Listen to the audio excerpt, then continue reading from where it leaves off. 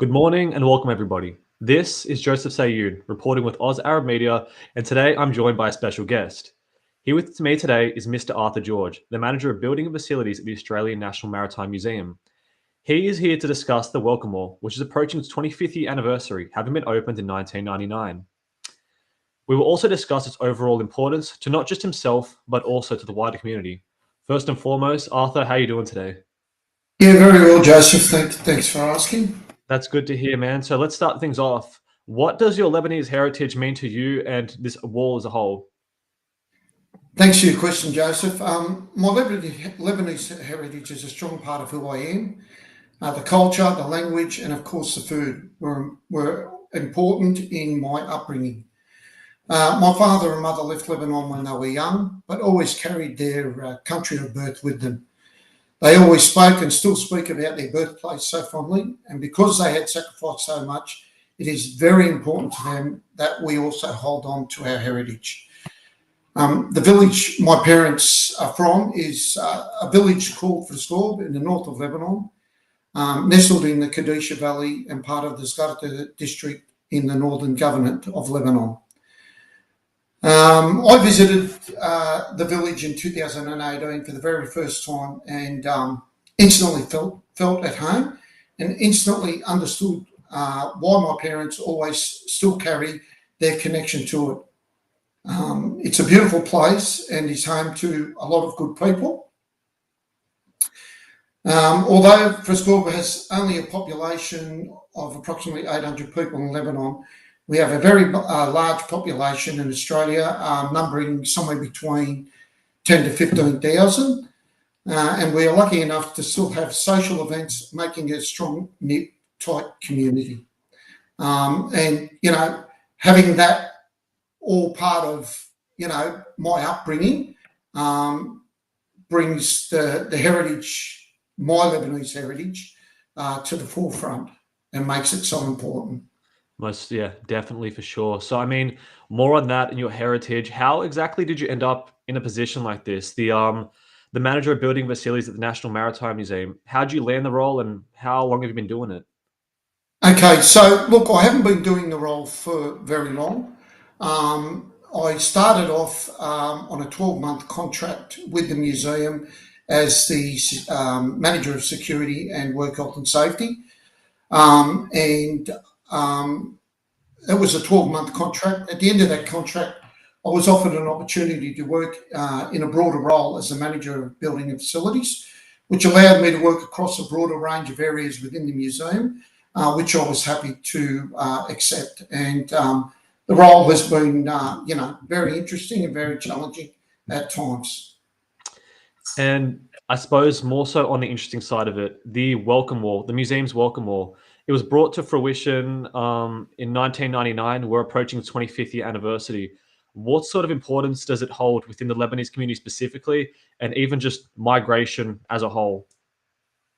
Well, look, the National Monument to Migration, the Welcome Wall, is one of Australia's National Maritime Museum's most important and visible tributes to our migration heritage. The museum, which is funded by the federal government, collects and exhibits stories of migrants, honours them on the wall, which in 2021 was elevated in status to the National Monument to Migration by the Governor-General. Any person who was born overseas and settled into Australia may be honoured on the monument.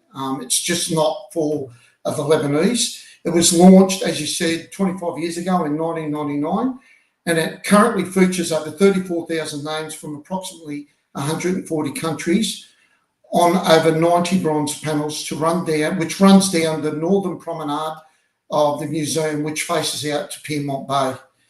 The monument serves to honour thousands of people listed and their incredible migration journeys to this continent. But there are only 285 Lebanese names on the monument. So we're obviously looking to add some more Lebanese names, given that it's such a huge... Yes, so the museum's looking to recognise the Lebanese, with a panel for themselves. So what the whole, I suppose, is to try and get more Lebanese recognised on the panel. And the total number of names that we can get on the panel is somewhere in the vicinity of 285, 286 names. So that's what they're looking to do. They're looking to expand on the Lebanese and recognise that Lebanese heritage and Lebanese migration. Definitely, because I personally feel like that's a very big task in terms of the fact that Australia is home to a lot of Lebanese migrants. It really does seem imperative to ensure that there's more names on that wall to put on full display the importance that migration has had for the Lebanese community moving to Australia, particularly during the times of the war. I want to drag things back to you specifically and your parents who migrated here. With both of them having immigrated in the 1950s, what sort of core values have they instilled within you that you've carried within your own family and within your own life? Yeah, well, thanks, Joseph. My parents are humble people who've instilled in me and my siblings that family is always first, and they've also instilled a strong Maronite faith. My father arrived in Australia with just a suitcase. He left his family behind for a better life. He never saw his father again as his father passed away before he could return to Lebanon. He worked long hours in sometimes hard conditions to provide for his family. My mother also worked in many jobs, all while raising 5 children. They always led by example with their strong work ethic. My parents knew and understood the value of education, which I've instilled in my children, who both went to university and have made me very proud. So, I suppose hard work and dedication to family and your faith, that's what has been instilled in me. And I feel like you'll find that's a very common sort of attribute from most people with migrated parents. You've got to have that strong-minded attitude, and you've also got to have a level of faith with it, given it's not a sure road moving to a country in which you've never really been before and don't know what to expect. That's the Right. importance of that wall as a whole. So I guess more so on that, what exactly is the process for somebody having their name added to the wall and having their story told on the monument? Okay, thanks, Joseph. Look, the Australian National Maritime Museum is working with the Lebanese community to honour the migrants of Lebanon on a dedicated panel to be unveiled at a special ceremony. We need a minimum of 260 registrations for a full dedicated Lebanese panel, so the number is 260 for registrations to have a full Lebanese panel, and a special ceremony will be provided to donors and their families to come together and celebrate. So I suppose to put a call of action out to the Lebanese community to honour your migrant family, parents, grandparents and ancestors on this dedicated Lebanese panel on the Welcome All, Australia's National Monument to Migration, to mark their contribution to this nation. It's very important to remember that is part of that wall is dedicated to the contribution of, the many migrants that have come out to this country. Adding a name to the monument involves making a $500 tax-deductible donation to the museum, which will go towards the development and expansion of our migration programs.